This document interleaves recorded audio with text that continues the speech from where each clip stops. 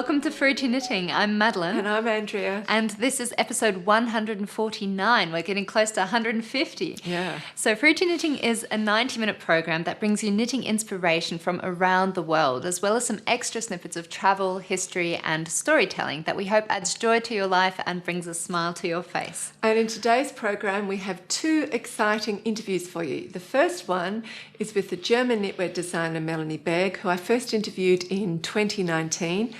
And Melanie is a prolific shawl designer with over 100 shawl designs to her name, including 2 books dedicated to shawls. And in total, Melanie has authored 4 knitting books, and one of her latest is this one here. It focuses on sweater designs, and this is the book that we're going to look at and talk about in the first interview. And then to showcase some of the sweaters that are in this book, we take you to a very special gourmet food market in the centre of Frankfurt, where I filmed Madeline modelling a selection of the designs. So as you're admiring Melanie's sweaters, you can also enjoy seeing the appetising food in the background. So this book, Sweaters, came out earlier this year, and the other book of Melanie's to come out this year is this one, Knit is for Power. So this is a collaboration featuring contributions from 14 different knitters, myself included. And the book explores how knitting has provided strength and comfort to each of us in different ways during really challenging times. And among the contributors is Tanya Steinbach, who is a very well-known designer and yarn developer here in Germany. She's worked for major German yarn companies like Lana Grosse and Schachenmeier. And Tanya is also a familiar face on German television. She's regularly featured on 2 programs, television programs, and one of those programs is also in Austria and Switzerland, where she talks about knitting and crochet. So for the second interview, the 3 of us, Melanie, Tanya, and myself, sit down together. We talk about our personal experiences and also how we came to participate as co-authors for this book. So this book came out in September, and I'm really happy to say that it's made it on the Amazon best-selling list here in Germany for a few different categories. The first one being crafting, and then breast cancer, and then something like women's health. And I'm also thrilled to say that it's made it on the best-selling list for Der Spiegel, which is quite amazing. Yeah, that is amazing, because Der Spiegel is a very influential indicator of popular literature here in Germany. It shapes public reading trends, and it also boosts book sales across Germany, which is nice. And on top of all of that, we have 2 finished projects in Bring and Brag, 1 ongoing project under construction, and I've also prepared a little tutorial for you showing how to create vertical buttonholes in double knitting without breaking the yarn. So all of that's coming up, and we're going to start with Mum in under construction. Yes, this almost made it into Bring and Brag, but Yes. not quite. So here's my version of the Do You Yoke sweater by Zanetta Knits. As you can see, I'm almost finished with it, and I do find myself falling more and more in love with it as I progress. Initially, as you know, I was unsure about the colour combination, thinking that it was going to be too bright and colourful for me, but I no longer feel that way, because the purple colour really doesn't look that bright in the stocking stitch sections, and that kind of just tones down the whole design. But that really only became apparent to me once I'd finished the sleeves and almost finished the body. But also I have to say that I did get a lot of encouragement from our viewers, you, regarding the colour combination, and that's also helped me to change my perspective a little bit. So there was some talk initially about giving the design to Madeline, because when I tried it on, it was a little bit too loose across my upper chest. Instead of sitting really flat, it had some folds of material. But as you can see now, although it still is looser than how I normally wear my jumpers, I still think it looks okay on me. So poor Madeline is rather sad that it's about a 90% chance that I'm going to keep this jumper for myself, at least initially, at least for a while. Yeah, she's been kind enough to check that the sleeves are long enough to fit me as well, because I've got much longer arms than you do. Exactly. So it sort of fits someone in between us. Yeah. It's a little bit long for me, and it's borderline for you. Yeah, but I have to say, I think it's a 99.9% chance that Mum's going to keep it now. She's become more and more in love with it. At least for the first couple of months. But anyway. That's all right. I want to give you a quick recap on how the garment is constructed. So if you can hold it there. Yeah. So it's knitted it top down in the round. There's no seaming. Once you finish the body and the sleeves, you come back to the neckline and you pick up stitches around the neckline to knit the neckband. And the neckband is worked in a 2x2 ribbing, so knit 2, purl 2. And you have to knit it. It's a double neckband, so you're knitting it twice the length that you want it, and then you turn it inside out and attach it to the neckband where the picked up stitches are. There's an interesting method of how to do this. A lot of you may already know it, but instead of knitting your neckband and then casting off and then turning it on the inside and sewing it down, what you do is you leave your last row of stitches on your needle, and then you bind off those stitches together with the picked up stitches around the neckline. And so basically you're doing the casting off and the sewing together all in one go, which is really nice. Yeah. Do you think that's a stretchier cast off than if you had sewn it together? Because you've got to fit your head through here, or you don't know? Not necessarily. Okay. But I'll quickly show you how it's done. So it's much easier to do it if you turn your knitting inside out. So you knit one stitch from your left-hand needle together with the corresponding cast-on stitch at the base of the neckband, and then you cast it off. So essentially, you're knitting this stitch on the left-hand needle with the cast-on stitch that aligns exactly with the start of the column. And you need to be careful to match the stitches on your needle with the correct cast-on stitch at the neckline so that you can prevent the ribbing from twisting. But once you get going, that all becomes pretty straightforward. And also, you have to make sure to keep your cast off loose so that the neckband remains stretchy and can easily fit over your head. I also want to highlight a really interesting aspect of Zanetta's designs. She often has, many of her designs have really beautiful colour work that goes down past the separation point of the sleeve and the body, and sometimes they even go right down to the waist. And on top of that, she's often using very elaborate Latvian-inspired motifs that have a wide pattern repeat. And both of those things can make it harder to grade the pattern up into different sizes. For example, this design here has got 24 stitches in a pattern repeat. So from here to here is 24 stitches. And you can't just add one single pattern repeat for each larger size. You have to do at least a minimum of 2, sometimes 4 pattern repeats. So a minimum of 2 pattern repeats is 48 stitches, which is already significant difference in sizes. So she has a method or a little trick to get around this so that she can do a lot of sizes and there's not a huge difference between them. Because if you've got a big pattern repeat, that means that the next size is significantly bigger, then you'll have a lot of people who naturally want to fit in the size in between 2 sizes. So this is what she does. On the sides of the jumper and the underneath side of the sleeves, Zanetta introduces a fake seam by doing a column of purl stitches, and this just stops the colourwork motifs from crashing into each other, and it means that she can still be very creative and she doesn't have to compromise on how many stitches the pattern repeats have. And here's a picture of my sleeve, which according to the pattern should also have a column of purl stitches as a fake seam, but I didn't do it here because I didn't think anyone would really be looking so close to my underarms, and therefore they wouldn't notice that the pattern didn't match up exactly due to the sleeve decreases. But I would have done the column of purl stitches if the colourwork extended down to the sleeve cuff, because then it would have been a lot more noticeable on the lower half of the sleeve. Well, I'm just curious though, why wouldn't you add a purl column along the sleeves just because people can't see it? So why would you change the pattern? Because you only really need to do it for this section here, Yeah. right? Which no one's going to be putting their head under your arm, hopefully, and having a look. And then down here, if you do have a purl column, that's totally fine. It does look like a seam, but you don't need it. So, Yeah. and this is what people will see, and just having your neat little decreases looks a little bit more invisible, I think, than a purl column. Okay. That's my reasoning anyway. Yeah. Just a So personal it's your thing. taste. Yeah. Yeah. So, We both love this sweater a lot. I actually commented a few times that it's quite festive, and it's a real winter jumper in my opinion, because it reminds me a bit of the Northern Lights. Now I know the sky isn't purple in real life, but kind of is when it gets dark. And then you've got these really bright, beautiful lights over the northern landscape. That's how I see this sweater. It is on my bucket list to see the Northern Lights. I know.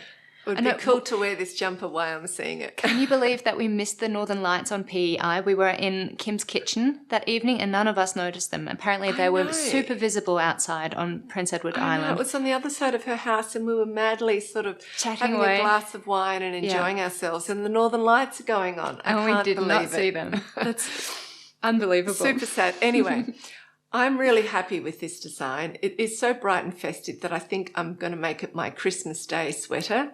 It deserves to be a Christmas Day sweater. Absolutely. And maybe I'll wear it for a couple of months and then I'll consider giving it to you. Yeah.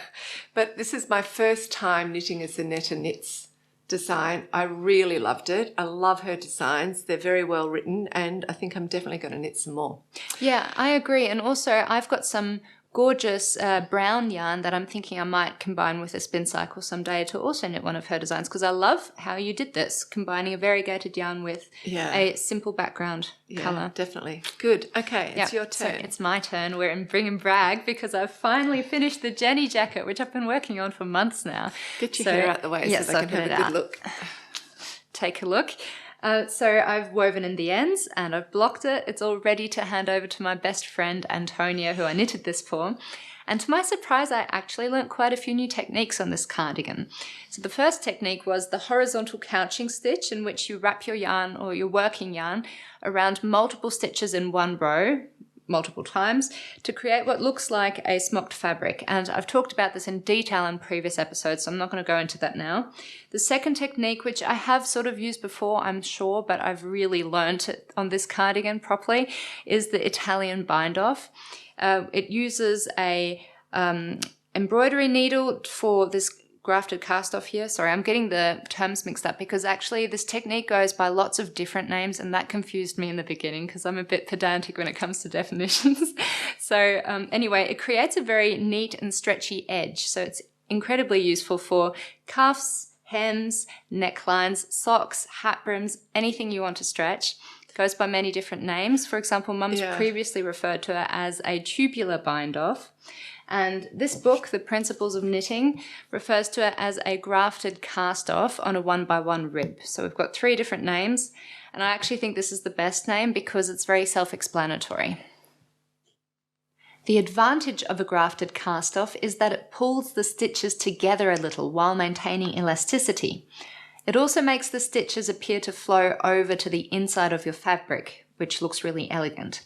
Now, if you used a regular cast-off on a 1x1 rib, the edges can actually flare and look sloppy over time because it doesn't pull the fabric together. And by the way, Mum has created a detailed tutorial on this technique, which our Fruity Knitting patrons can access through our website, fruityknitting.com, under the tutorial library. And this opens a new page where you can find and select the tutorial called Tubular Bind-Off in 1x1 Ribbing. I highly recommend watching that tutorial as it makes your knitting look so much more beautiful and professional.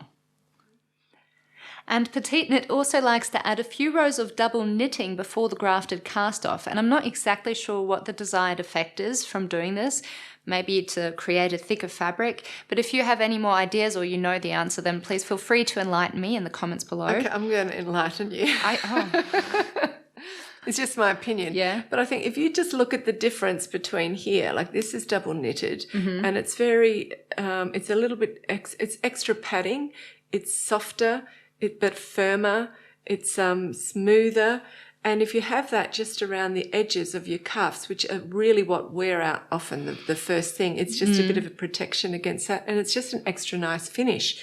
And also you could imagine it around here. I think the problem for you is that you went down multiple sizes in your ribbing down here. You went down, instead of going down 1 size or 2 sizes, I don't think you so. went down 3 or 4 sizes. No. Yes, you did. Because we had that discussion. But it's all right. Yours has turned out really well. The thing is, Madeline really loves tiny stitches because they look so neat. So she's always trying to go down and down and down. I said, no, it's going to be too small. And then she knits a little bit big and she says, but now it looks sloppy. So I'm going to knit my boyfriend's sweater on toothpicks. Anyway, so that's my opinion as to why she's done it around the edges. But anyway. Well, okay, well then maybe that's the case. I've also noticed that because it's so nice and stretchy, you can just fold it over and then you've got a double little collar like that as well around the cuff. And I think that looks nice too. Anyway, I actually accidentally skipped the double knitting because I didn't read the instructions properly. And so I don't really mind because the cuffs and hem are a bit thinner than I imagined the original design to be, but I still think it looks good. However, I was a bit disappointed that I didn't get to play around with double knitting, so I was very positively surprised when I got to the button band. So the button band uses double knitting to create a really lovely, thick, double-sided stocking stitch fabric, and Petite Knit has a really cool technique of creating these vertical button bands in the double knitting without breaking the yarn. And I was so excited about this technique that I decided to prepare a little tutorial for you guys, and that's coming up now.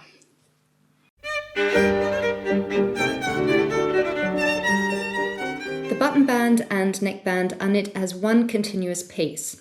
Previously, I've only worked button bands vertically, meaning that each row spans the entire length of the entire button band.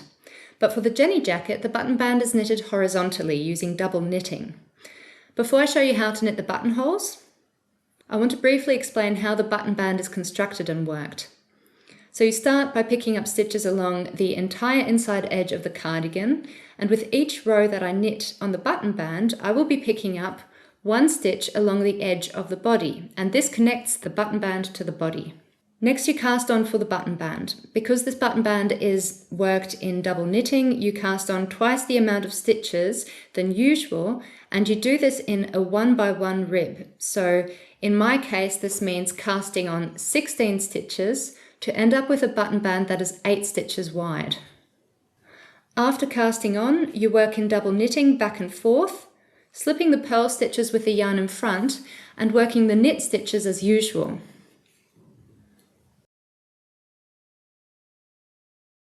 And the last stitch is knit together through the back loop with your picked up stitch on the body.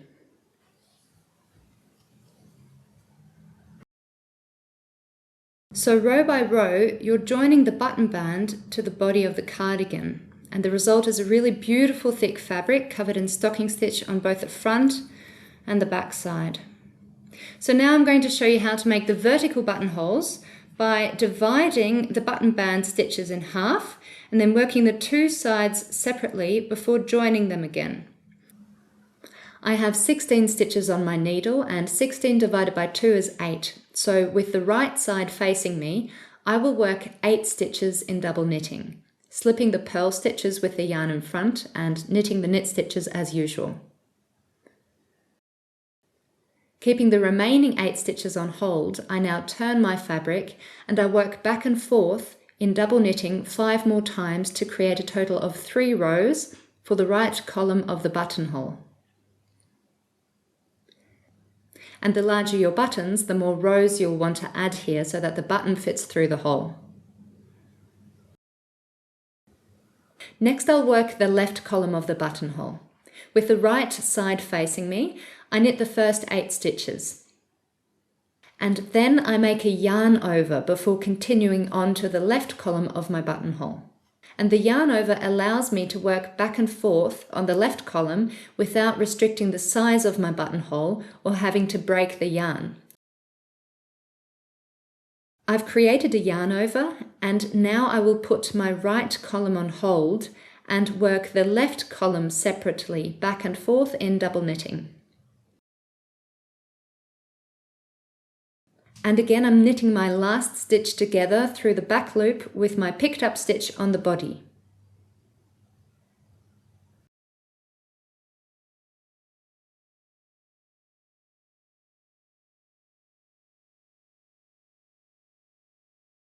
Every time the wrong side is facing me, I knit the 8th stitch together with the yarn over through the back loop.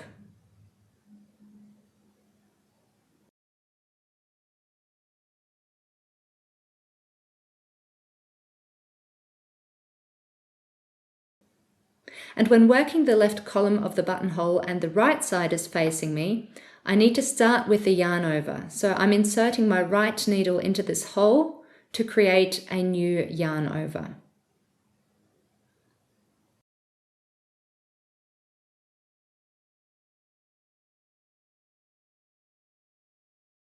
And the last stitch is knit together through the back loop with your picked up stitch on the body. So I've knitted back and forth 6 times now, which equals 3 rows in double knitting. And now it's time for me to join the columns together by working the entire row. I do this on the wrong side of the fabric, slipping the purl stitches with the yarn in front and knitting the knit stitches as usual.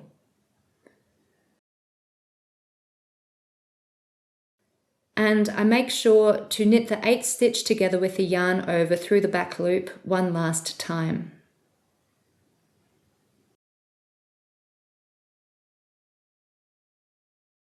And that is how you make a vertical buttonhole on a double knitted button band. I think this technique is fantastic. It was entirely new to me. The double knitting produces a really beautiful, thick, sturdy fabric, and the inside of the buttonholes look incredibly neat and professional.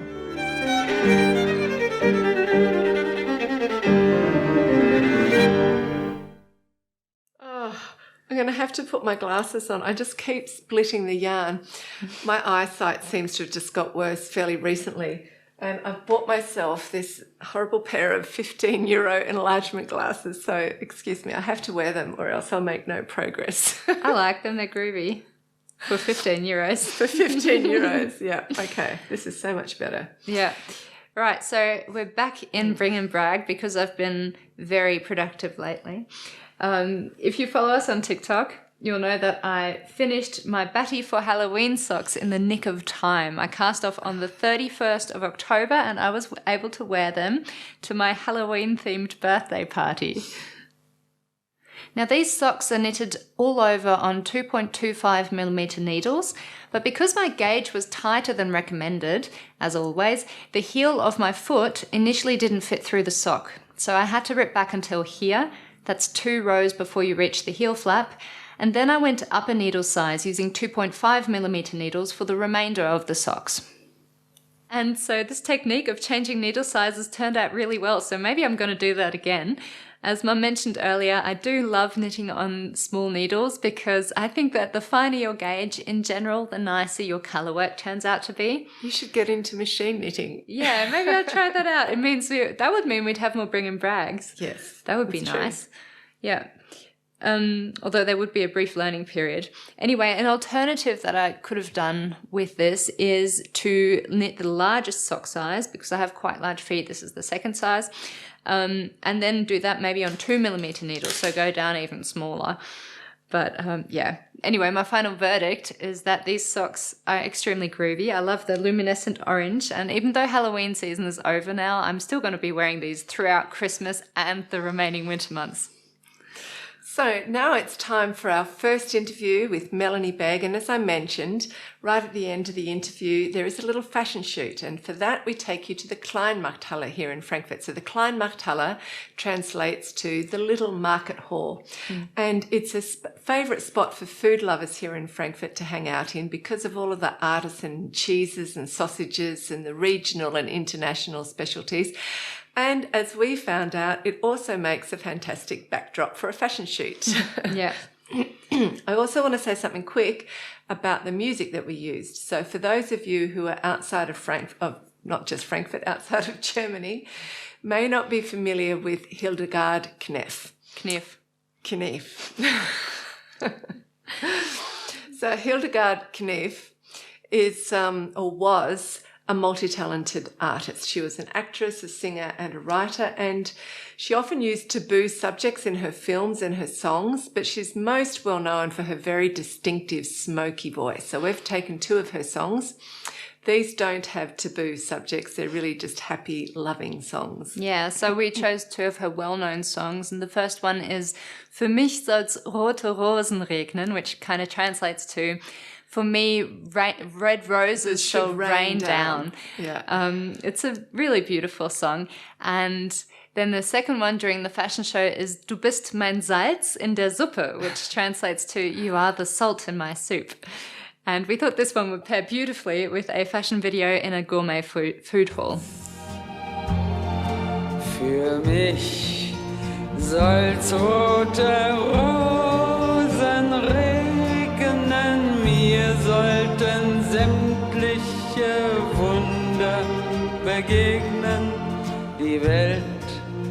sollte sich umgestalten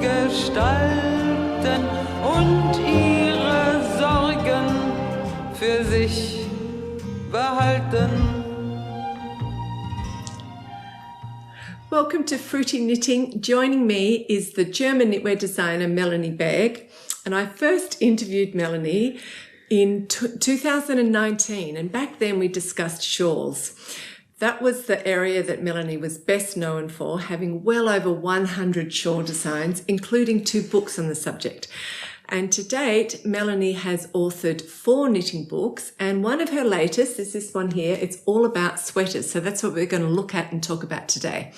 So it's a real pleasure to have you on Fruity Knitting for a second time. It is, Andrea. Thank you so much for having me again. It's been quite a journey since we had. It has. A lot has happened since then. A lot has happened, definitely. Yeah. Okay, so it has been 5 years since our last interview, so I'd like you to give our viewers just a very quick recap on how you became a designer, including the story behind your design name, and then quickly describe your aesthetic. Sure. So I'm originally from IT. I'm an IT person, and it started knitting as a hobby for me, and then somehow it took over, and now it's my full-time job for more than 10 years already. That's amazing. Yeah, but it was never my idea. It was a natural transition to becoming a knitwear designer. I'm known as Melanie Berg, or as my brand name Melint, but there is really no secret behind that name. I came up with it. I like the way it sounds. I like the way it looks when it's written, and that's it. So no magic secret behind Melint. Okay, but that's refreshing too. Okay, and your style, how would you describe it? So I think my style goes back to when I started to knit a lot when my children were really small. Like we had 3 in a row, 3 kids in under 3 years. So that was a very busy life. I don't remember how I did it, That's how I crazy. managed. That was a bit crazy.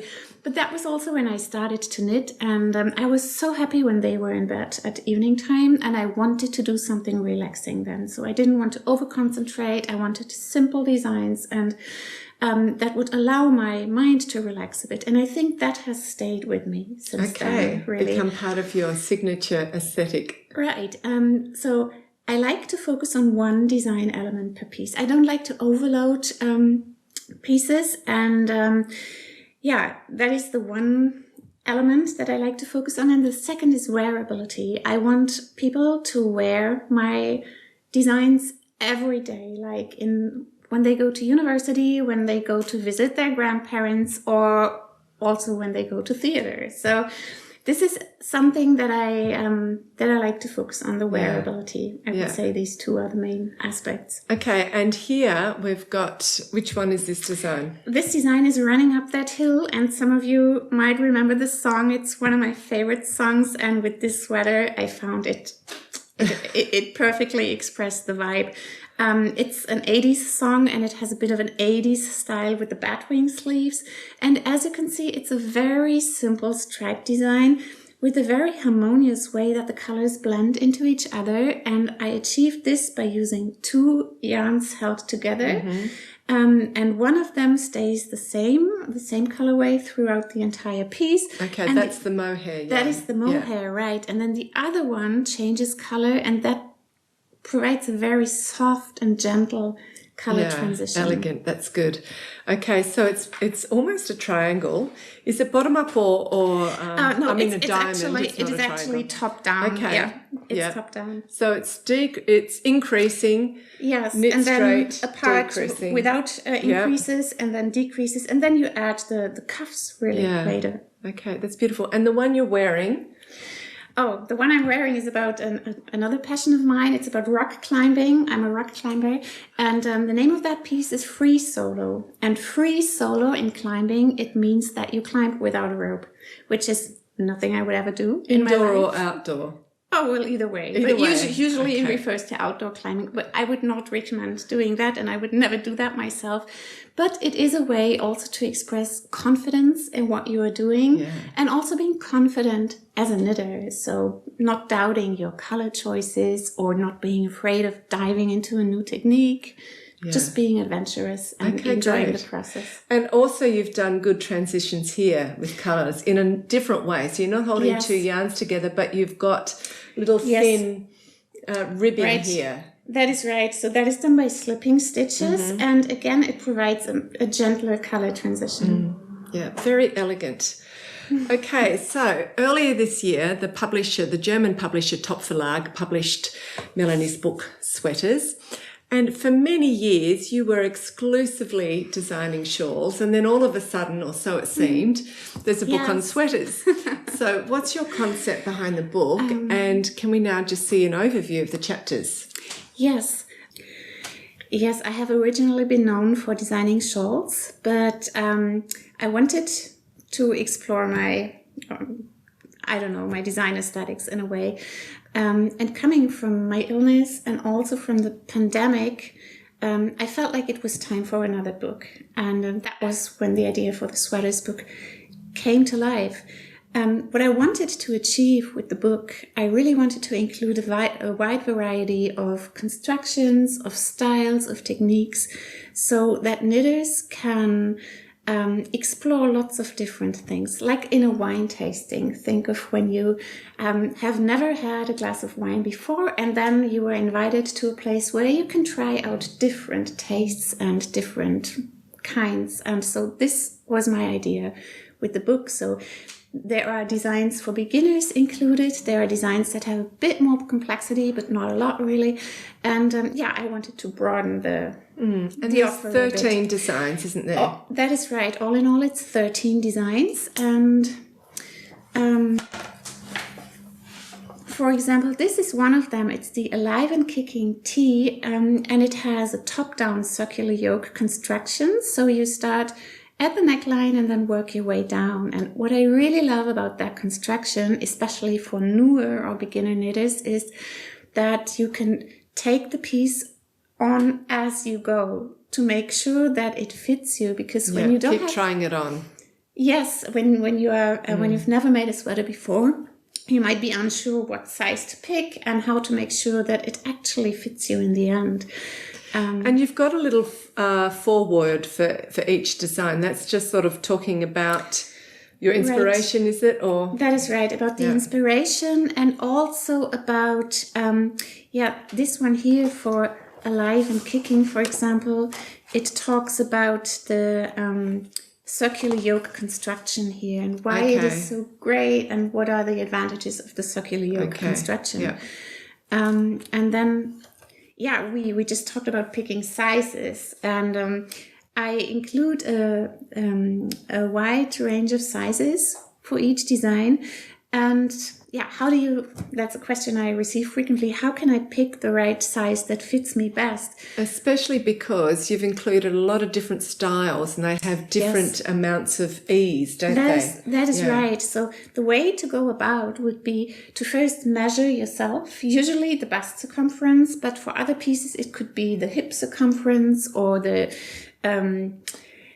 distance between your shoulders, for example. That really depends on the certain design. And then you add the recommended amount of ease, which is here, and then you pick a size that is closest to that number that you get. So it's a fairly easy process to determine your own size. Then here, for example, the Pandu cardigan is a cardigan that is also included in the book, and the little intro text in that case is about buttons and how to best pick a button that is a great fit for the design. And also I'm talking a bit about the advantages of reattachable buttons. This is something that I did not know about until I until someone told you or you found them. Thank you. Yes, but it is so useful to have them because you can reuse them on other pieces. Yeah. And also if you ever have to wash your piece and the button is like very special, sensitive to water, because some of them are from fabric or from wood. Or wood, right, which doesn't react too good on water, and then it's just good to have the ability to take them off. Okay, so there's lots of little bits of useful information in the book as well. That is right. And something that makes me very happy to have in the book is, same as in my other books, I'm including my test knitters. Each of my designs is tag edited, obviously, but I also invest lots of time on having them test knitted by real knitters out there, because they have a whole different perspective on things. And this for me is a way to honor my test knitters. Makes me very happy. And it's also really cool because you can see each design knit up by a person with their own style, their own body type, their own colors and a yarn variety types. of ages too. A variety of ages too, really. And I try to be very, to represent a wide number of knitters. And this is a really good little section at the back. It was a surprising and interesting section to read about. It is, and it really makes me happy to have them in there. So the book is in 2 languages, German and English. That is right. It's same as my other books. There is 1 column in German and 1 column in English. Yeah. And this is great because in Germany, there are people who prefer to knit from English instructions, like me, for example. As well as if you were in the States, you might enjoy working from a German pattern. Exactly, So practicing your German. Exactly, that gives us the ability, or gives us the possibility to address everyone out there. That's great. So we're going to look at some of the designs, and like your sweaters, like your shawls, I meant to say, some of your sweaters have rather sort of creative and unusual constructions. But at the same time, they're still elegant and easy to wear, because that's really important. I mean, it is really fun to be adventurous and knit things in all different directions and constructions. But in the end, we still have to wear them. They have to look good on the body. That's why I mentioned in the beginning that wearability is that other important element for me, right? Exactly. So I want you to show some examples that might surprise some people, and also talk about your yarn choices for each sweater. So, for example, what factors guided your choice of fibre or fibre blends that you've used for the different constructions? One of the designs included in the book is ashen, poncho-like sweater cardigan. And the special thing about this one is the way it is constructed. I started by knitting a square or a rectangle, a 2-dimensional piece. Very easy to do, very beginner friendly. And then afterwards you fold and sew it together in a way so that it becomes a 3-dimensional thing. And you add the sleeves and the button and you're done. Okay, so let me just quickly say you're starting off with almost like a square. The top half is lace, the bottom half is stocking stitch. Yeah, but you can also wear it upside down. Yeah. And then you fold it in like you do with those paper things. Exactly. And you sew across here. And you leave the armholes open. Yeah. You add the sleeves in the round. And then in the end, you attach the button if you like to. And then really you can wear it in a way that the lace is on the shoulders, but you can also flip it around and have the lace in the lower part, which is really cool and a fun little twist to it. Super cool. Okay, so what yarn have you chosen here and why? I've chosen a heavier yarn. This is by Lana Grossa, and it is a mix of wool, cashmere and nylon, which makes it really cozy because I wanted that piece to be about warmth and coziness and something that you would wear on the couch, really, for having a real relaxed evening. What I like about this yarn... It's a bit glamorous for the couch, though, with the lace. Well, you should see what I wear on my couch. I think you can't overdress. Okay. What I really like and appreciate about this yarn is that it has the cashmere included, but also the nylon, because you know how cashmere has extra short fibers so that it is really soft. But the result can be that it pills a bit quicker than other yarns. So the nylon provides extra stability here.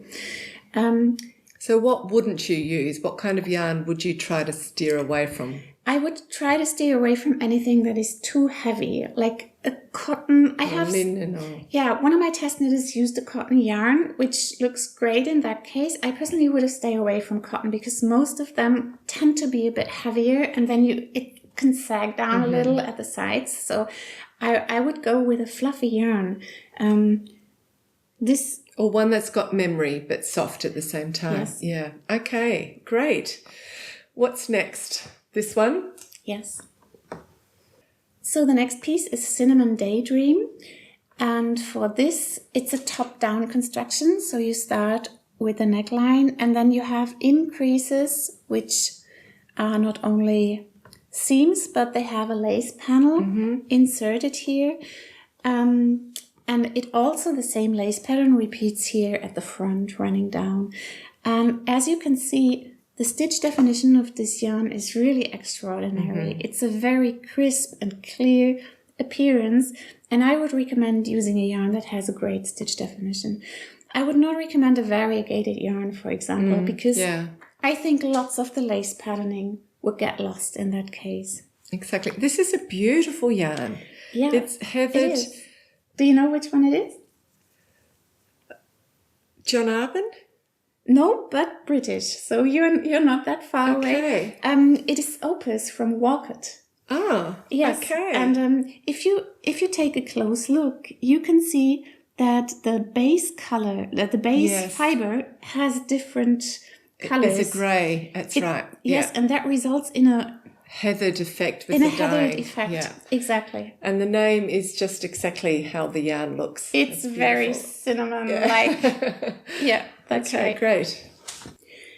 The next piece is Quiet City, and that was a collaboration with Shibui Knits, a yarn company that very sadly went out of business and was one of my favorite yarn companies. We have worked together a lot, and when they invited me to do Quiet City, I tried to stick with their design aesthetics, which, if you remember, it was very clear, very simple, very elegant, and so I tried to be in that.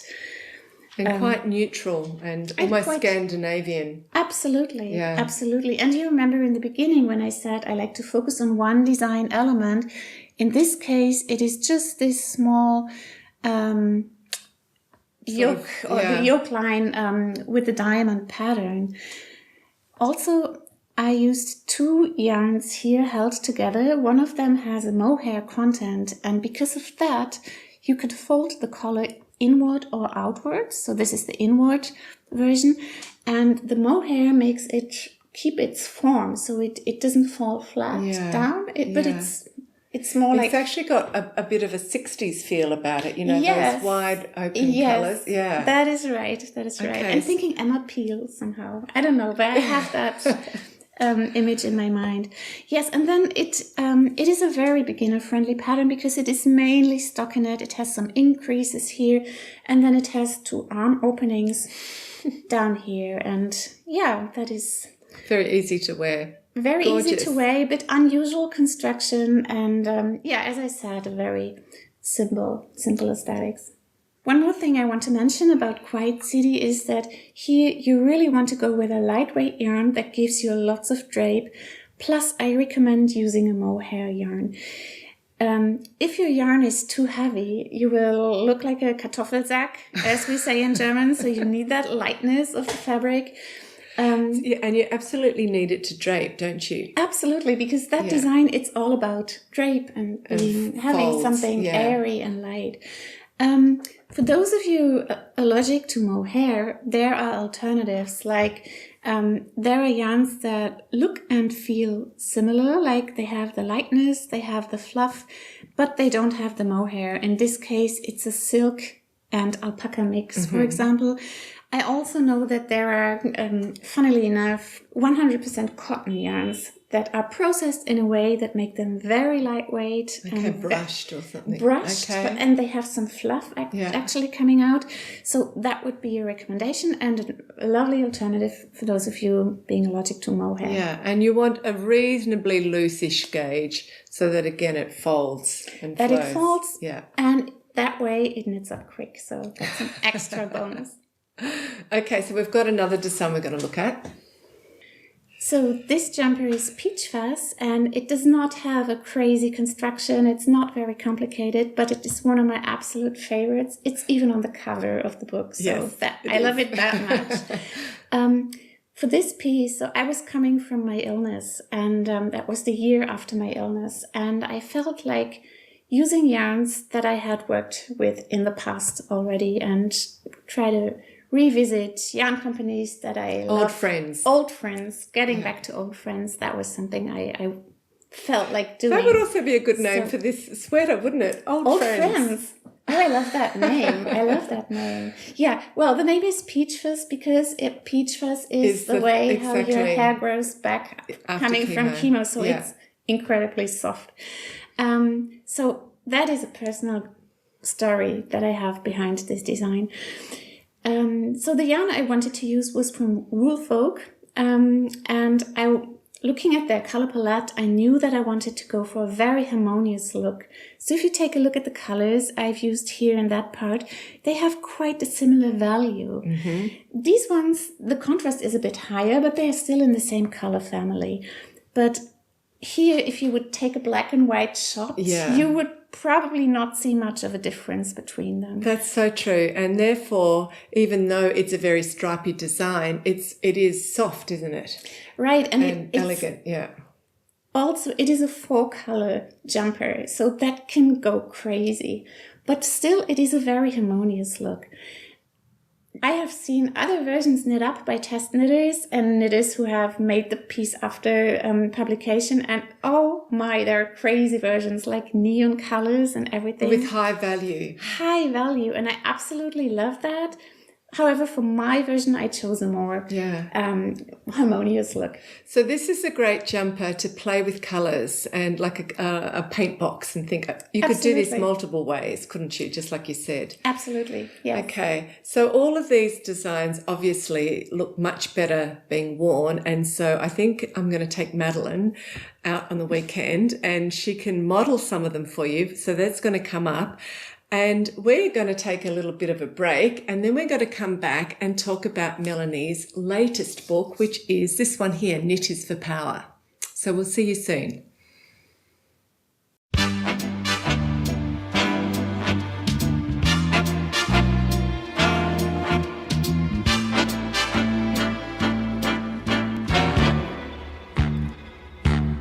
Du bist mein Salz in der Suppe und mein Zucker zum Kaffee. Du bist mein Senf für das Würstchen und mein Reis zum Frikassee. Du bist mein Whisky im Soda und mein Pfeffer zum Filet. Ja, du bist alles, was ich brauch, wo ich geh und steh. Du bist der Traum meiner Nächte und mein Sekt im Separé. Du bist mein Roman, den ich lese, mein A bis Z vom ABC. Du bist mein Nerz, wenn ich friere, meine Sonne an der See. Ja, du bist alles, was ich brauch, wo ich geh und steh. Man könnte ohne das alles leben, das hieße einfach ganz schlicht Verzicht. Ja, können kann ich schon, doch wollen will ich nicht. Und wenn ich mal nicht mag, dann mag ich nicht. Du bist mein Unkraut im Garten, meine Fehler, die ich mach. Du bist mein Schloss an der Haustür und mein Schornstein auf dem Dach. Bist mein Brillant an den Händen, meine Perlen am Dekolleté. Ja, du bist alles, was ich brauch, wo ich geh und steh. Du bist mein Weg, den ich gehe, die Idee in meinem Kopf. Du bist mein Lichtstrahl im Dunkeln, bist mein Deckel auf dem Topf und die Rosine im Kuchen, meine Fliege im Gelee. Ja, du bist alles, was ich brauch, wo ich geh und steh. Man könnte ohne das alles leben, das hieße einfach ganz schlicht Verzicht. Ja, können kann ich schon, doch wollen will ich nicht. Und wenn ich mal nicht mag, dann mag ich nicht.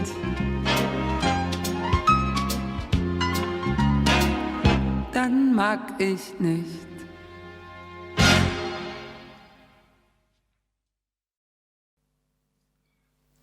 Welcome back. We hope you enjoyed the interview and the fashion show. The whole idea behind Fruity Knitting is for it to be a valuable source of information and inspiration to the worldwide knitting community. We interview top knitwear designers and fibre artists to explore both the creative and the technical aspects behind their designs and their artworks. And because we make our videos visible for free on YouTube, knitters across the world can watch these interviews, learn from them, and hopefully be inspired in their own knitting journeys. Mum and I are really passionate about our work, but the downside of running a YouTube channel is that while people really love and appreciate watching a high-quality program, I don't think many people realize just how much work goes on behind the scenes to make this happen. We literally work 6 days a week, and we barely take a holiday, which we're fine with, but we can only do this as long as we have a sufficient income, and at the moment, only around 4% of our viewers are financially supporting us as patrons. So if you watch Fruity Knitting and you love what we do, please also support the show by becoming a patron and supporting us financially. The link is in the description box below, and just a small monthly contribution of $5 does a lot to help us. It provides us with a steady, reliable income so that we can continue creating new content for the show. And just as a side note, Patreon has introduced something called a free membership, but as the name suggests, it's free and therefore actually doesn't do anything to support the show. So we encourage you to become a Hebridean, a Merino, or a Shetland patron. Thank you so much for your support, and now we're going to get back to our program.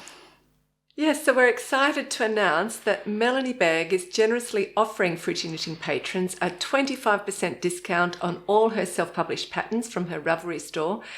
And as mentioned in the interview, Melanie has over 100 shawl designs and 30 sweater designs, so there is absolutely plenty to choose from. And Melanie's also offering a 10% discount on all yarns and kits from her online shop, where she stocks a really stunning selection of Pasquale yarns, which are perfectly suited for her designs.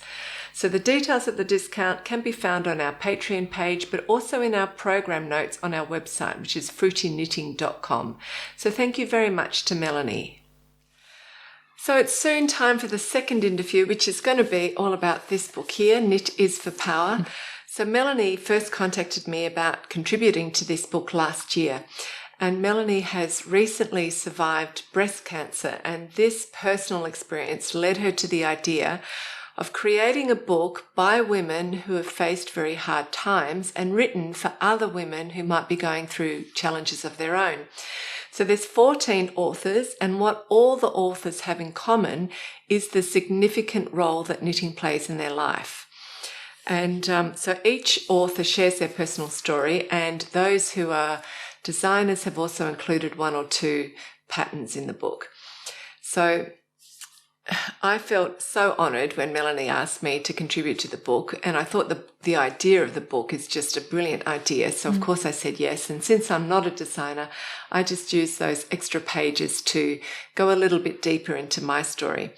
So every story in the book shares a common theme, facing some kind of hardship, and I think that's something that everyone can relate to, because sooner or later we all go through tough times.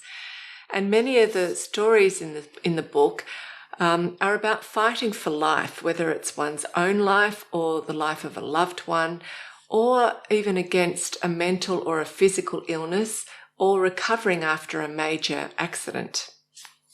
And yeah, so a common theme is cancer, but many stories cover other topics as well. For example, Theresa Winter, who is a passionate freestyle knitter, writes about a horrific accident she had as a teenager. She nearly lost her leg in a car accident, and for years she covered up her scars with long pants because she was ashamed of them. But then eventually she found the courage to gradually show her scars again in public and even on Instagram, where she has a large knitting following, and this really helped her to heal emotionally from that traumatic experience. Yeah, and another author was Marisa Nöldecker. Marisa and her husband sadly lost their infant daughter to a viral infection, and this devastating event led Marisa to decide and quit her job and focus on her creativity. She started writing a blog, became a knitwear designer, and also opened an online yarn shop. And in this book, she writes that having to go through losing her daughter, she realized that she was so much stronger than she thought she was. And you'll see that reading through some of these stories can be quite emotional because they tell very personal and difficult life experiences. But at the same time, this makes them very relatable. Yeah. So for me, knitting became especially meaningful during two very difficult periods in my life. The first was when health issues forced me to step away from my career and my passion as a classical singer. And the second, and by far the hardest experience of my life, was when my late husband Andrew, who, as you know, started fruity knitting with me and used to sit here on the couch with me, was diagnosed with an aggressive brain tumour and then passed away 6 months later. And so I write about those two experiences. And I also write about a small selection of guests who were featured on the show who I've found particularly inspiring, whether because of their creativity or their skill or just their really inspiring personality. So I think I've had my fair share of experience in putting together content that needs to be both interesting and time constrained, but the requirements for spoken versus written content are very different. And so before starting this project of writing my text, I'd never authored anything longer than a blog post before. And on top of that, this is a German publication, so it's written in German. My written German is not fluent enough for me to express really personal matters in a meaningful way. So I wrote my text in English. And then a German friend of mine who's also a knitter and has studied German linguistics at university level did the translating. And I think she did a pretty good job. And while we're talking about that, this is written in German, but we are really trying to get it translated into English because it would open up to a very international audience. Unfortunately, in the publishing house, fairly high up, there's somebody who doesn't seem to think that this is a topic of interest internationally, which is totally crazy. There are 3 authors out of the 14, at least 3, who have a very wide international following. There's Isabella Kramer, Melanie Berg, and myself. Most of our followers are international. So we're still really trying to get that pushed to translate it into English. So if you have contact details of publishing houses who you think would be very interested, of course you can let us know. Anyway, I want to get back to just talking a bit about my experience of writing it. So getting myself into the right mindset was a really interesting experience because writing about something so personal, it is really hard to gauge what might be interesting or helpful or inspirational for somebody else to read. So knowing what to include or what to leave out was challenging because you do have a word limit. But in the end, I'm really happy with my text because it was an intimidating process to start off with. I don't think of myself as an author in any way. I don't think I was even got that great of marks in English at school. So I feel sort of secretly proud that I've managed to do it. And I'm really happy with my input. So I think you did a great job. I really like it. Yeah. So it was really intimidating for me, the whole idea of having to write a text that's in a book about my own experience. But yeah, no, in the end, it was a really good experience and I'm grateful for having it. And during Andrew's illness, many people reached out to us with prayers and kind words and stories of similar situations that they were going through. And that gave us a tremendous amount of support and love and strength in a way. And so it's my sincere wish, and I think I can say this definitely for all 14 authors, that it's our sincere wish that this book provides comfort and love and hope and strength to anybody, particularly knitters out there who are going through major challenges in their life. So that's just a quick reflection from me about what my part or contribution to this book is and what the process felt like.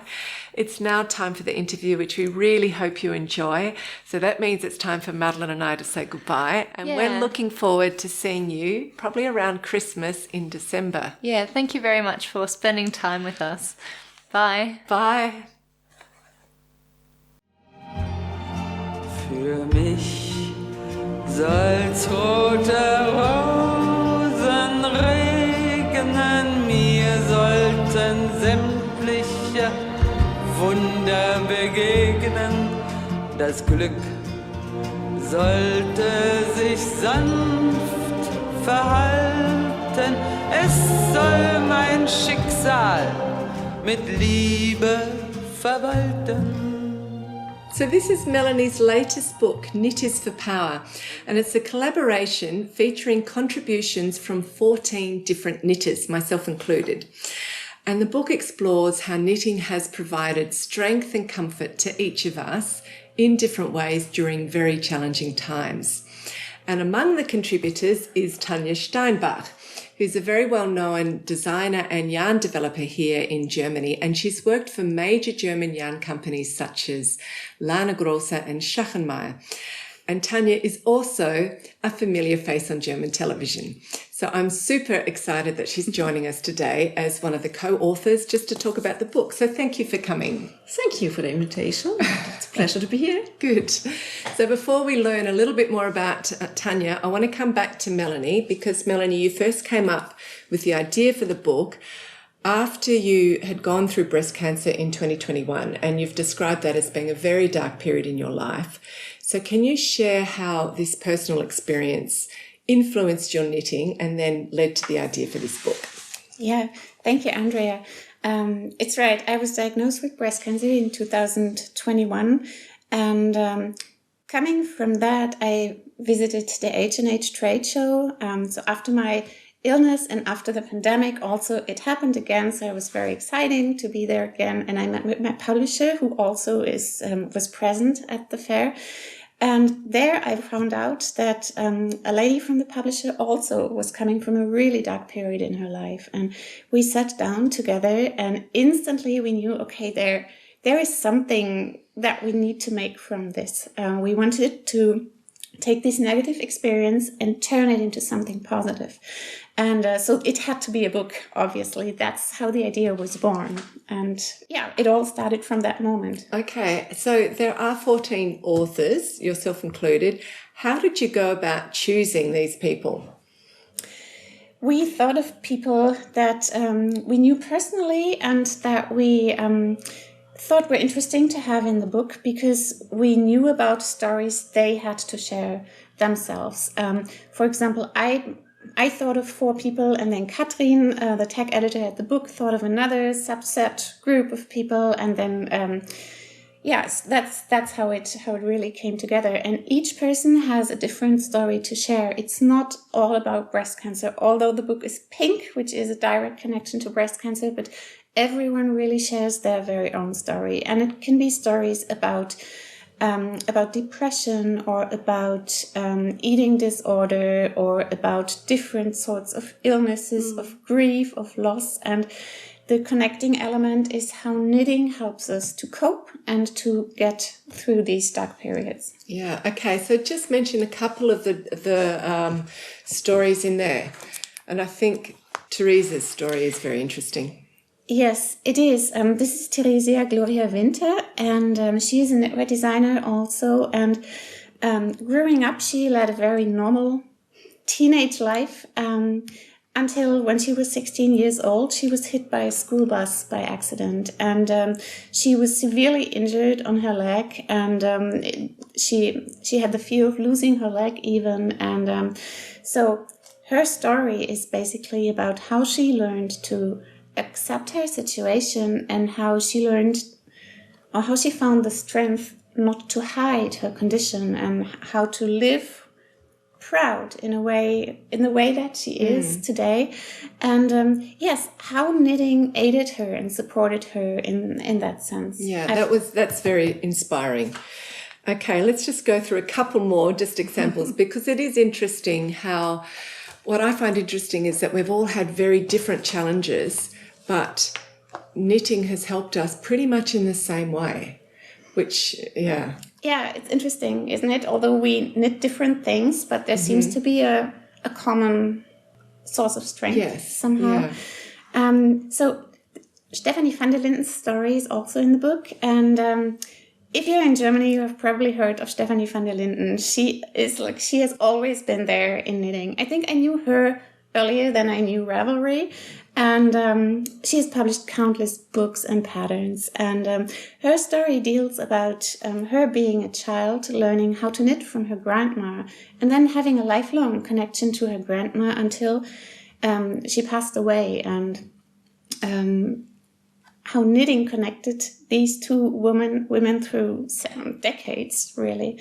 And then another twist to her story is how her son was diagnosed with long COVID and the fatigue syndrome, and how that heavily impacts her everyday life nowadays. And knitting is there again for her to be a companion, be a source of strength. Yeah. And yes, that is her story. And then there's also a psychologist who's a knitwear designer, and she contributed a little bit more scientific-based information on it, didn't she? That's right. This is Johanna Böhme, who is not only a psychotherapist, but also a knitwear designer. And she used her platform to take a couple of surveys among knitters. And she asked about the effects of knitting in a more scientific way. So there are the surveys and the results in the book. It's, for example, does knitting cause a sensation of pride? And because of the practical way you can have little achievements, you can have little goals that you can easily achieve, and that can really help people who feel like they've lost all confidence. Absolutely, absolutely. If you're having a tough situation in your life, it also goes along with a loss of control. And so knitting can help you you still have this little corner in your life where you have a tiny amount of control, a very positive effect. It's also about how knitting helps us to connect with other people, and if it helps you to reduce your stress level, and all sorts of things covered here in the survey that Johanna did. Yeah, it's very interesting. And I found, for me personally, it was brilliant for getting you through 1 minute at a time, or 1 10-minute segment at a time, and giving your hand something to do, and the left-right movement of the hand and the left-right brain hemisphere sort of connecting together. There is science that is a really calming effect. And I think we all had that experience. So what's interesting is that it's actually become a bestseller in a few different categories. So tell us which categories. That is right. It's best-selling in knitting. But also, for example, in breast cancer, in depression, in eating disorders. So basically all the single stories that each of the authors is sharing, there is a response to those stories. That's right. Which is really exciting, actually. And this is a special edition. So why is it a special edition? It's a special edition. So they were released at the same time. And the special edition is special because, it's sold out immediately. And it's special because there are handwritten notes. Oh, Tanya, there's yours now. You did some drawings. And we were completely free to decide about the messages that we wanted to send out to readers. So there is a bit of everything in them. Also, there is additional knitting patterns. Oh, we forgot to mention that in the first run, there's not only the personal stories in the book, of course, there are also knitting patterns that somehow connect these stories. So this is really a mix. That's true. Yep. That is true. So there were more knitting patterns in the special edition, and there is also a bit more info on Pink Ribbon. Pink Ribbon is a charity organization here in Germany for breast cancer, and €5 of each copy sold from the limited edition is going directly to Pink Ribbon. Yeah, and how much money has been raised there? 5,000 in total, because it was 1,000 copies that were printed from the special edition, and that adds up to 5,000. Okay, that's great. And we're going to have a look at some of the patterns or designs that Tanya and Melanie contributed to this book. So let's go to you, Tanya. Can you tell us a little bit about your background in the knitting industry, but particularly what it's like to work in mainstream television? It's exciting, to be sure. Yes, I grew up in Swabia in a surrounded by craftspeople, and we've done a lot of our things by by hand. And I think that was very inspiring for me. I made then women's tailoring and go to an internship in Paris, and then finally studying machine knitting in Reutlingen. It's a famous region in Germany for flatbed knitting. A lot of small manufacturers are there. And then after I graduate, I joined the Coats company with famous hand knitting yarns brands like Schachenmeier and Regia. And then my truly hand knitting career began. I stopped machine knitting and then doing everything by hand. Yeah, that was my start in the hand knitting business. And with these brands, I was start with designing yarns, colors. I do a lot of yarn developing. So how is a yarn constructed? Yeah. Also knittings, tutorials, designing, that's all part of my life, of my daily business life. Set of skills. Yeah. Okay, and then television. So you're on 2 programs, aren't you? Yeah, it's the regional broadcast. It is mainly in the south of Germany and Austria and Switzerland. It's Café or Tea. Which is coffee or tea. Coffee or tea. And the main program is ARD Buffet. Buffet, okay, like a buffet. Yeah, okay. it's a Mittagsmagazin. It's at lunchtime. So So it's a show that goes on in the middle of the day. Yes. And because it's a buffet or like a magazine, that means there's a few people in it. Is that right? Yeah.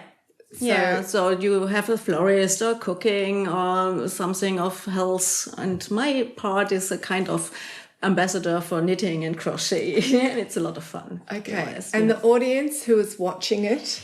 It's a wide variety of some women which are at home with small children or older people.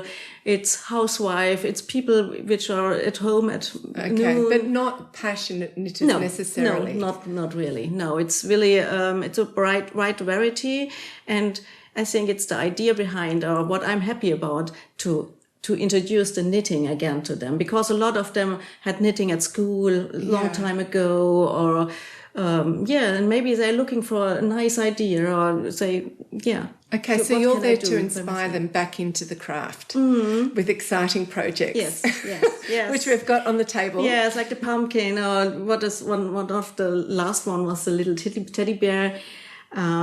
That was made special for the day of the teddy bear, beginning of September. So the IDBF asked me to do something, and then I put this teddy bear and I show how to do the increases, how to put the parts together, or what I can do with the eyes. You can use buttons, or or which yarns you can use. And obviously we're Halloween this weekend, I think. So was this year or last year? No, it was last year. Okay. It was really popular because it's a quite easy project. So it doesn't look easy. Yeah, but it's only a rectangle. You can knit it or crochet. And it's also something for kids. Yeah, that's another one. You can try also new yarns. Or if you have a leftover, you can. So that's part of your job too, is to sort of show all these exciting yarns. Yes, and that's also a good way to get new people in, isn't it? Yes, and also to show how easy it is. You don't want to do a lot of complicated things. You want to show something easy, or but looks great. Yeah, you've got a real talent for that, because even the bear looks super stylish. Yes, thank you. It's made of alpaca, and it's really distinguished teddy bear. Yeah, it's gorgeous, absolutely gorgeous. Yeah. Okay, and there's a crochet project here too. Yeah, that was in springtime, so they want to have a bag. And then I think, that's a popular, bucket bag. It was quite popular, so I think we can do it easily in crochet. You're really good, because this looks super stylish. Yeah, I wouldn't imagine a beginner could feel like they could do this, but no, it's really easy, can. and you can use a lot of stuff. So you don't have to do a handle. So you can only put one in. You don't have to do it by your own. And I used it's a bag for bread for the inlay, but you don't lose the things behind the stitches. When You've got a good talent for this. yeah, or when you're more experienced, you can sew it by your own. But a lot of people which are knitting or crochet don't like to sew, so I give some ideas how you can do it and how to show up the different possibilities. Yeah. Because hand knitting and crafting, it's so full of Good possibilities. ideas. Yeah, and to use. well, you obviously are. Yeah. So that's great. Okay. Yeah. So I'm particularly intrigued to hear, what is it like to work in mainstream television? Because we have our little set of cameras here and I'm running around trying to do everything. But you are running around with the experts. Yeah. So what's it like? Yeah, it's very exciting. At least I don't see the cameras anymore. And that's the problem for them, because you have 3 or 4 cameras around you, and I'm really concentrated off my project and to the moderator. And then you have the 3 cameras and they are on, and I talk and talk and talk. And then I have only 3 minutes, 3 to 5. I'm at the end of the show, and it's always running out of the show because it's a live magazine. So, yeah. And when the cook needs more time for his noodles or something, I have less time for knitting. Oh, that's sad. But I have in my mind, okay, I want to show how to knit, how to put together, how to do the stick and everything.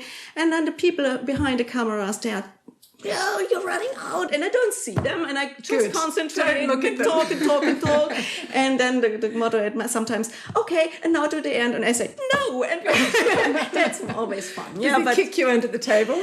And there is no table. We are mostly on the sofa, and to be honest, they don't have any idea about knitting. Yeah. They are interesting, and so they don't know what I talk about, and they can't follow. Is she in the end? Is she in the beginning? Yeah. Yes. Okay. And how do you know which camera to look at? Is there a light? There is a red light on, but I don't see it. So I talk, and then you have a camera behind you. Yeah, because when you're too focused on your camera, you have to be natural. Yeah. And I really try to. It's really, I am very concentrated in these 3 to 5 minutes, because you have to come through this project, because they want always the whole project talked about in these 3 to 5 minutes. And when you have this teddy bear, I have 1 teddy bear ready. I have the teddy bear in 7 separate parts. I have a teddy bear on the needles, and you have really a program on your mind, and then it's really short. And then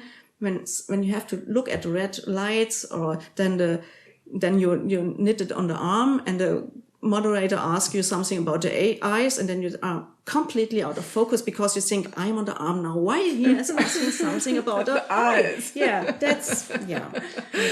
And I can imagine, because it takes a lot of time beforehand to write the pattern, prepare it, figure out what you're going to say, and then the cook couldn't organise the noodles being cooked enough, and then you get cut. That's highly annoying. But you don't have to look the live thing, because there is also a written down instruction, and a lot of people also look it after in the mediathek, so you can look at it, and you have every time you need to do the things by your own. Yeah. And just quickly, Tanya was telling us before that it's filmed in Baden-Baden, which is a very famous spa place. Yes. And you get to go there and have a Turkish massage beforehand, right? Just to calm down. Yeah, because we start very early in the morning, and normally I come the day before in the evening, and then there's a really famous, an old Turkish spa. It's really famous. When you ever are in Baden-Baden, use it and join there. It's nice. I know Andrew and I went there a few times as our wedding beautiful. Anniversary. It's really special. It's really special. It's an old school thing. Okay, now back to knitting. Through this television program, there are a series of books with all of these really great projects in them. Yeah. And you've actually authored many, many books. I think over 20. Yes, 1 year, one book a year at a time. Yeah. Okay, so that is your connection to Top for Love. Yes. And last year, when I signed the copies for the last year book, it was the Advent calendar. No, the next one. Yeah. Yes, this one. there was I think published in October or something last year, and then I was there with Kerstin Balke, the co-author, and we signed the copies, and then Christiane came to me and asked, would you like to be part of the Knit is for Power? And first I hesitated because personally I had a tough time there. Yeah. But it is a difficult thing to do because they're all very real stories. We all have very real, very difficult things that we've all gone through. And so there's always the question about sharing it. But I think in the long run, the fact that we have shared it has helped a lot of people. Yeah. Okay, so in your book, you write about your annual Socktober event, which is called Action Green Sock. I love that name. So in German, Aktion Grüne Socke. So that's exactly. So tell us about this campaign, how it impacts women with cancer, and why the cause is so personal to you. So I also lost a lot of people, near people, to cancer. Over 10 years ago, a good friend of mine, Frauke, was passed away. We were working together, also in books. Then my mother was diagnosed by cancer and passed away only 2 weeks later. It was a terrible shock. And I truly believe that she will be, it wouldn't be so hard if she used her precautions. If she was checked up, checked up regularly, then I think it would be better. So, and I said, okay, what can I do? You can do nothing, but you can gain awareness. You can say, hey, people, go there and have a look at people and look by yourself, go to the doctors, do the tests and everything. So, and what can I do as a little knitter to increase then? And I found an association, it's called the Green Sock, Aktion Grüne Socke in Germany. And I think that's the special thing for me because they knit green socks and they donate it to women with ovarian cancer and distribute it in the clinics to women which are there and suffering. And they say, with us you don't have a cold feet, you get plenty of support and information. And I think, okay, that's the right thing for me. I can do it something because I'm no doctor, I'm no psychologist. What can I do? I can do knittings, or I can distribute a knitting design for everyone who wants to help. And it's such a pleasure to see how many people follow them and donate a lot of green socks every year. And it don't have to be a complete green sock like you see here. It's really enough when you have a small part of green. Or just one row of green. Yeah, one row of green. It's a sign of hope you will give to the people. That's a really beautiful idea. And it is, you're giving them something that is loving and comforting and personal. Yeah. So people can send in and we'll have the information so you can knit your sock with some green in it and send it on. Yeah, you can also put a little message in. So, that's that's really nice. They do a really, really good job and it's something heartwarming. Also, I think when you receive one of these pair of socks and you see there's so much love in these socks. It's handmade. It's full of love and power. Knit is for power. That's really beautiful. And this was the first pattern, and this is incorporated included in the Knit is for Power. Yeah. And is this year's October? That's the October 2024. It's a completely other design. Yeah, this one is the first one. Yes, and I reinvented it for the book. That's the new one with it's very simple to have also the colored yarns because a lot of people like to knit the socks in the colored yarns. Yeah, that's great. And you have it also in different. I do the pattern in different sizes and also for 4-ply or 6-ply. So everybody can choose whatever you want. And it's a free design on my blog. Yeah. Okay. That is really beautiful. Yeah.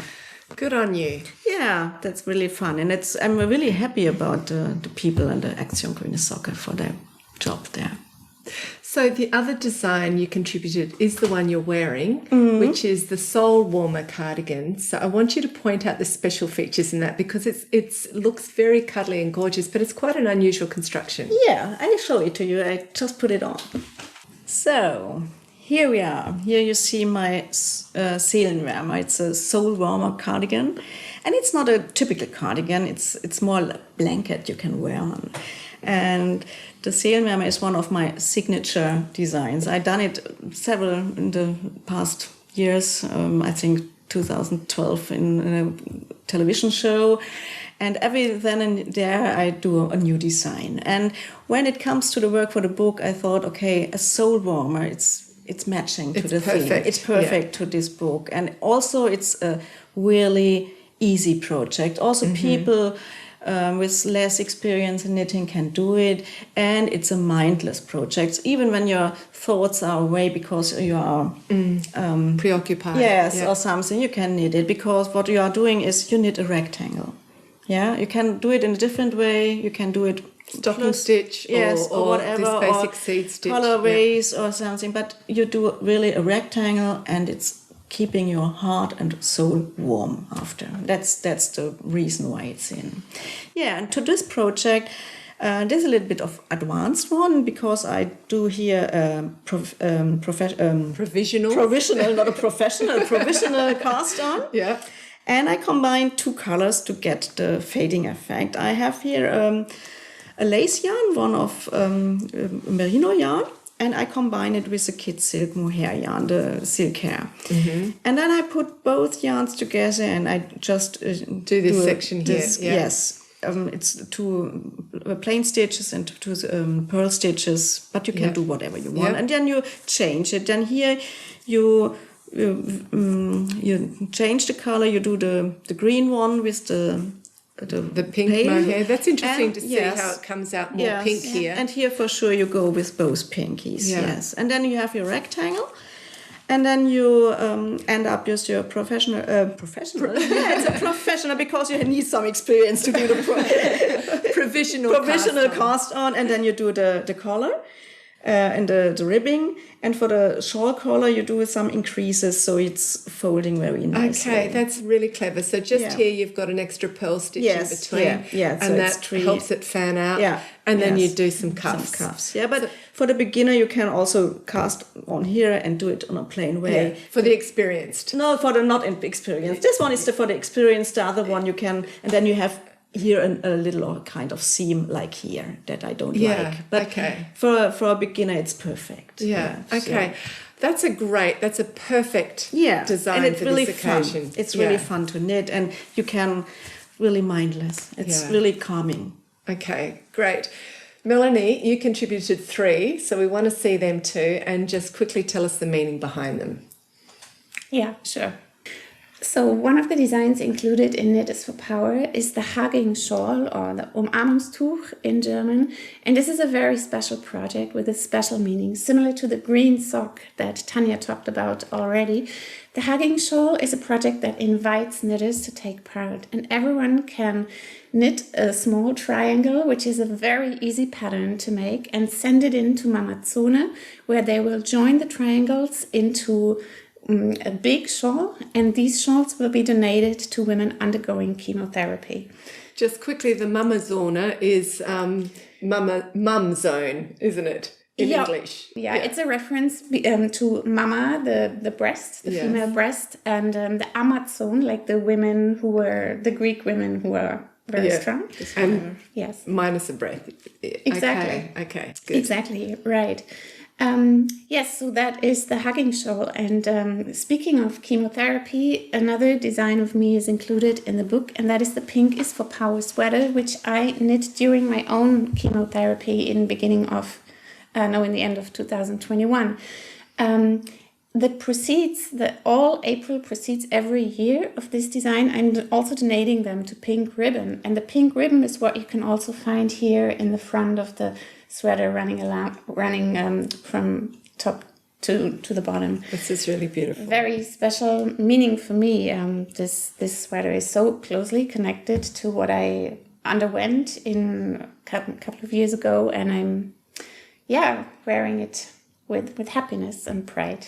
Yeah, it's a beautiful, beautiful sweater. And I want you to quickly say what we were talking about privately before, about that a lot of people don't know when you're doing chemotherapy with the numb fingers. That is right. A side effect of chemotherapy is it is actually a poison running through your veins. So it can cause a numbness that will not go away, mainly in your fingers and in your toes. And for that, normally in chemotherapy, you receive a cooling. So you're wearing gloves, also on your feet, that are cold as ice. So that slows down the blood circulation, and fewer of the poison can affect your limbs. And to lower the risk of having that numbness, keeping your fingers in action is a recommendation that the doctors will give you. And so knitting is actually doing exactly this. So you're moving your fingers, and that is an occupational therapy tool to lower the risk of that side effect. Yeah, this is a very beautiful jumper. I love it. Okay, and then the third design is this one. Another personal one for me. It's also included in the Knit is for Power book, and the name, so it is a blanket, a big one, and it's called From Grandma with Love. And the yarn I used for that blanket was a gift that I gave to my mother-in-law when I learned about her own cancer diagnosis.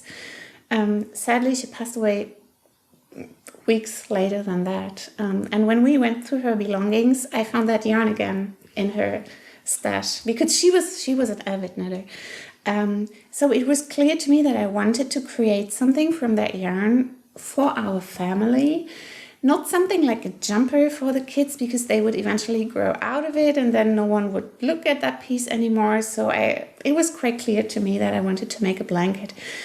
So it consists of individual parts, just like the hugging shawl. In the end, they are joined together. And actually, Andre, yesterday, when I gathered all the garments and designs that are to bring here to show you today, I was looking for that blanket in my house and we didn't find it. So we went through all of the rooms and eventually we found it in my daughter's bed. So, and that was to me like things coming full circle, because that was exactly what you want this to be used for. Yes, and then that gave me a very good feeling when I found it there. Yeah, that's really lovely. Okay, well, thank you both for coming on Fruity Knitting and talking about it, because that story you just ended off with, this is typically what this book is full of. Yes. Beautiful, sort of inspiring, difficult stories, but at the same time very inspiring. And it was a real pleasure and privilege for me to be involved. So thank you so much for asking me to participate. I really appreciate that. Thank you, Andrea. And Tanya. And Tanya as well. So we'll say goodbye to the audience now, and happy knitting. And I hope that what we've shared today sort of inspires you with any challenge that you're going through right now. Bye. Bye. Für mich soll tote Rosen regnen, mir sollten sämtliche Wunder begegnen, mich fern vom Alten neu entfalten, von dem, was erwartet, das meiste halten.